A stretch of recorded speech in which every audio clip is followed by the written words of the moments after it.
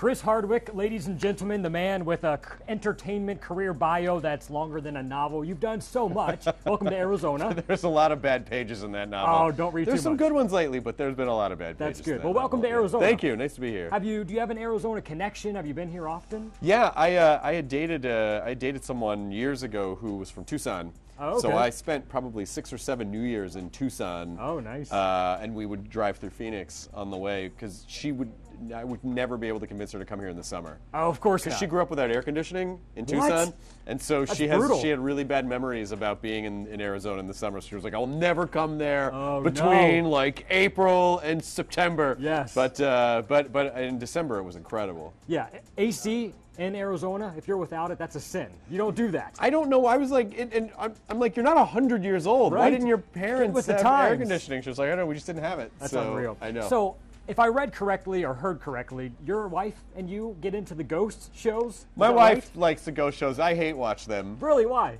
Well, because they're.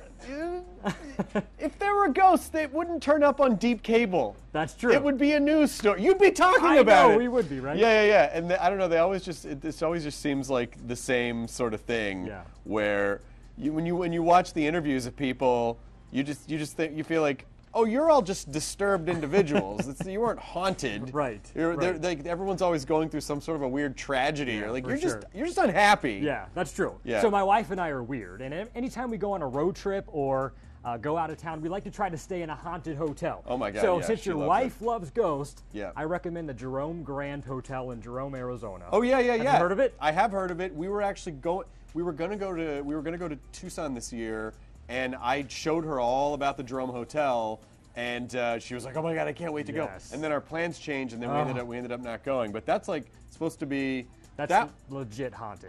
That one's supposed to be one of the most haunted, and there's one in Austin too that's supposed to be really crazy too. But I can't remember the name of it. But yeah, there's a couple. But I don't know.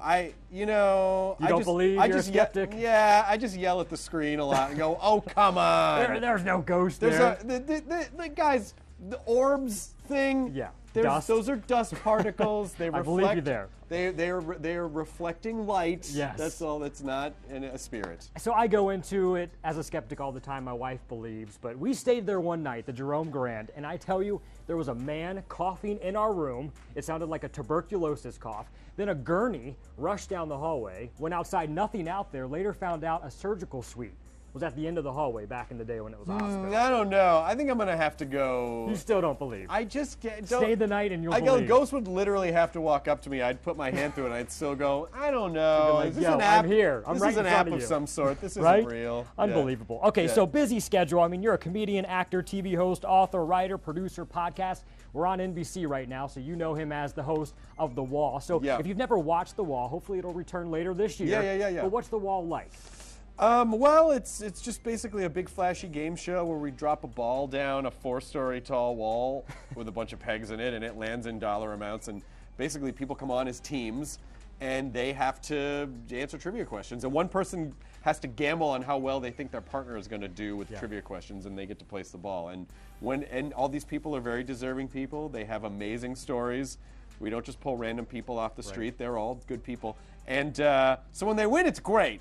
And when they don't win, not good. It sucks. I've seen a couple of episodes where the one person doesn't agree to sign the contract. Is that what it is? But then they had like this huge lump sum of money that they walked away from. Yeah, or there was an episode a few weeks ago where one person didn't think they did very well, so they signed a contract. And so they took guaranteed money of $89,000. $89,000 is a lot of money. Yeah. But what they had on the wall was $900,000. Oh no! So it's like $89,000. It's like, you're watching people not be upset about winning one amount of money when they could have had this amount of money. So you should do a follow-up show, see if they're still friends. Yeah. Afterwards, You right? have to see how they did. So another show that I saw, The Awesome Show. Nothing's really been announced about this, but this could be coming soon to NBC. Anything that you can talk about that? Yeah, it's a show that I'm putting together with Mark Burnett, and it's just a big, flashy science show, science and technology show. Nice. Celebrates technology, celebrates science, and just trying to get people interested in science. That's awesome. awesome. Okay, so while you're in town, that's the big question. Yes. Stand Up Live. Two Yes. shows tonight, two tomorrow? 2 shows tonight, 2 shows tomorrow night. Yeah. So 7:30 tonight and 10 o'clock tonight, and then also Sounds right. 7 o'clock and 9:30 on Saturday. He doesn't even know. He just shows up. I show does up, and comedy. then when the lights come on, I just start saying things. So if you've never been to a Chris Hardwick comedy show, what's the style? What's it like?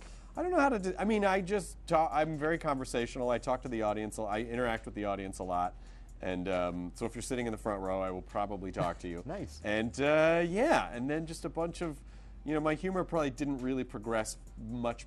Right after I turned 15, I just got hit the plateau. frozen. Yeah, my comedy just got frozen in time. So, if you want to hear a lot of mildly inappropriate jokes, There you go. in a very interactive environment, and then some Walking Dead talk, then that I would say come to the show. That's awesome. So standuplive.com, that's the website to go to see all the shows, get the tickets.